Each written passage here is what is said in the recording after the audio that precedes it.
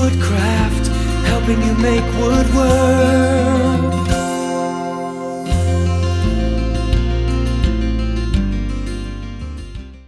Okay, I said earlier that I like to wet sand.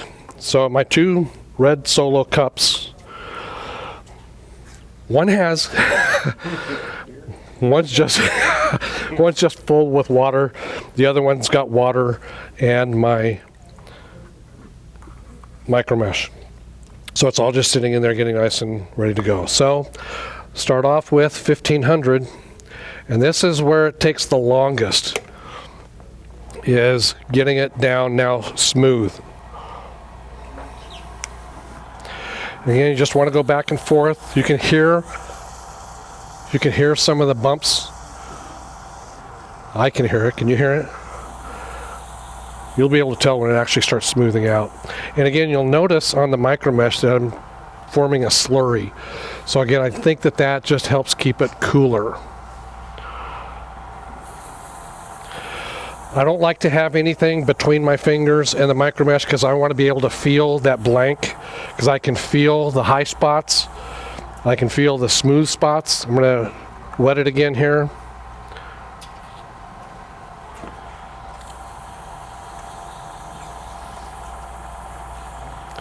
And again, all you want to do is get those high ridges out.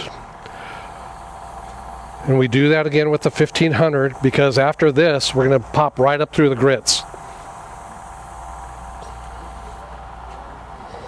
I like to move the paper around.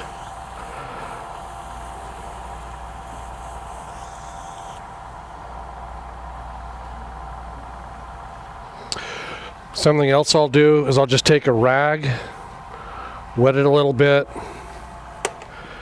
and just wipe it down, get all that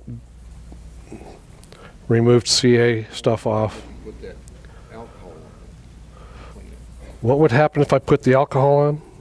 I don't know, Ray, I haven't done it. Alcohol shouldn't hurt it. If you use acetone, it would soften it. Okay, so alcohol shouldn't hurt it. Acetone will start softening it up. So I think I've got that down pretty smooth. So it's time to start going up in our grits. And right now, it still looks pretty dull. It's like, Nick, you took all the CA glue off. Well, I don't think so. Just got to find the right grit here. So now we're going to go to 1800.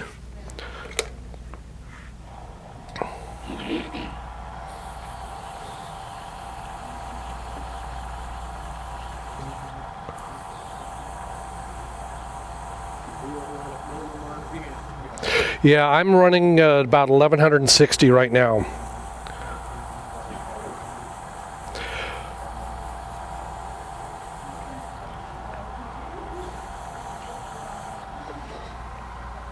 This is why he likes it warmer. The hands don't get as cold. Yeah, exactly. So we done 1500, 1800, now we're at 24. It's kind of like watching water boil. Although this is, to me, this is kind of the fun phase, because you can see it go from dull to shiny. Again, hopefully you can see that I'm still getting the slurry build up, but it's keeping that surface temperature nice and cool. And again, I like to wipe it down between grits, you guys, because that slurry is probably equivalent to the grit of the paper that I'm running. And I want to just get that off so my next grit level is finer and finer. Any questions while we're watching water boil? Anybody not done a CA glue finish? I have never done that. And you're turning? As I said earlier at the beginning, there's dozens of ways that people tell you works. And I'm just here showing you my little adaptation to a lot of different techniques that other people have come up with, and I encourage you to develop your own. The question was, I'm going to try to paraphrase that. Can you only do it on a lathe when the lathe is turning, or can you do it on something that's sitting static or a flat surface? And my short answer is I don't know. Haven't tried it. Do anything if you got the patience. Ultimately, you're going to have to sand it down. So that's, I think, where the challenge would lie.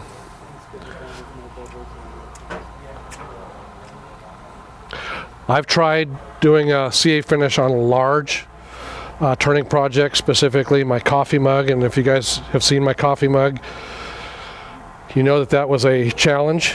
And I'm not saying you can't do it on a large turning project. I'm going to say you've got to have a lot more patience than I have. I ended up doing it with General Finishes High Performance, which worked absolutely phenomenally well. High Performance Gloss. And after the demo, I can show it to you. It's a water-based polyacrylic with a real hard finish. Hence the phrase high performance. How can you remember what the grit is on those? I have to sit there with a little chart that has all the colors. Oh, okay. I got it. Okay, there you go. That's why we started a little bit late. I was back in the warehouse cutting these up and writing them down. And you know, speaking of the micro mesh, I always, no matter what size package I buy off the shelf, I always cut them in half or in thirds. Really? Does it ever wear out? I've got one that Probably. held on for too long, got a little hot, and dug down through the white plastic underneath, but God, they seem like they're really They do last a long time, and the other thing I'll mention is they're washable, and we go through a lot of micro mesh here at the store in our pen turning classes. And new pen turners using micro mesh, they want to get it very hot. Yeah. And micro mesh, if you get it hot, it's going to start to break down. You'll get little lines in it, and it just reduces the effectiveness of the paper cloth.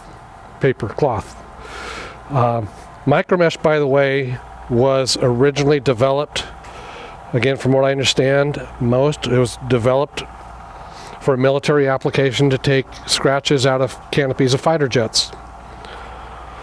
And when you see the type of finish that you get with micro mesh, you understand how true that is. You guys notice how it's getting shinier? It's not just because of the water. And you notice I'm not getting a bunch of slurry on my paper anymore, because now we are literally in the polishing phase. We're up to 8,000. We've got one more. At this point, I really don't need to wipe down because I'm not removing much at all. And this is now our 12,000 grit. So if you feel it, when 12,000 grit when it's wet does feel a little bit more abrasive than it does when it's dry. Does that impact our finished project or product here? I don't know. I just know that I'm more comfortable doing it wet.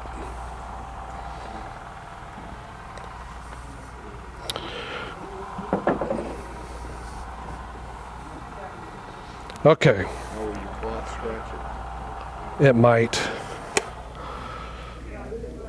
So now we're at the end of our micro mesh polishing. Can you guys see that? Yeah, pretty good. Does it look okay?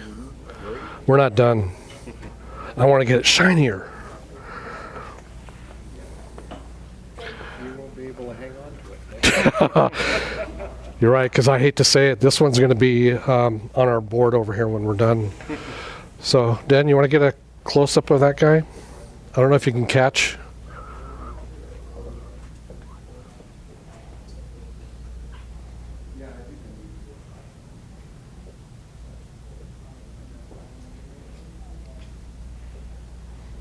Okay, so that's the end of the micro mesh. Now, Like I said, I like to go on to using the plastic polish.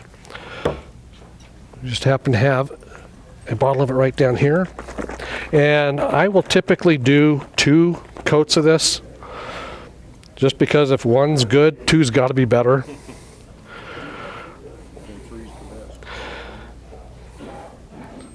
How much do you need?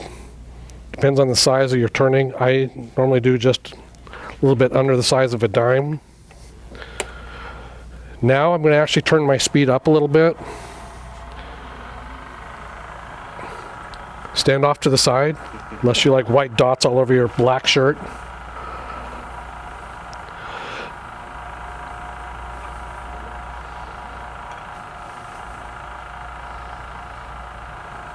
doesn't look like you're applying much pressure right now. I'm not. Moderate to low pressure. I want to continue buffing until I see the haze disappear. Then I'll go ahead and hit it with a clean part. And then we'll repeat that step again. And you'll see that it did get some darkness out. Now that's probably from the bushing, in all honesty.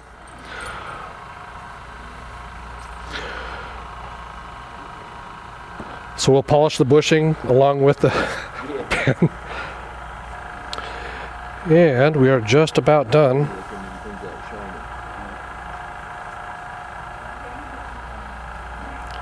Yeah, that's the bushing, you guys, that we're seeing, the gray. And there we are, just about done. Got one more step. Now this is a product that's very rare. And it's called a brown paper bag. Brown paper bag. What do you do with a brown paper bag? Well, there was a gentleman who used to teach here, and we used to always say that he forgot more than we'll ever know. And that was a guy named Russ Fairfield. And Russ, how many of you guys knew Russ? The guy was amazing. He came up with more little tricks than Carter has pills. And one of them that's always stuck with me is finish a project with a brown paper bag. And what we're going to do is we're going to burnish. Because that brown paper bag is yet still a little bit finer than the plastic polish. And you may not see it, or you may. And now I'm putting some pretty good pressure on it. And again, all this is going to do is take out any other little particles that have been left over during the whole process, specifically now with the plastic polish. So I'll do it about yay long, and now I'll say, I'm done. Are you going to sign it? Yeah, no. So there we have, there's our CA glue finish in a little less than 10 minutes. Any questions? Okay, here we go. Next question was, how do we get it off?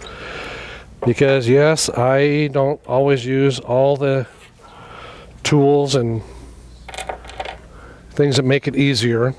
So let's pull it off and see if I can pull those bushings out.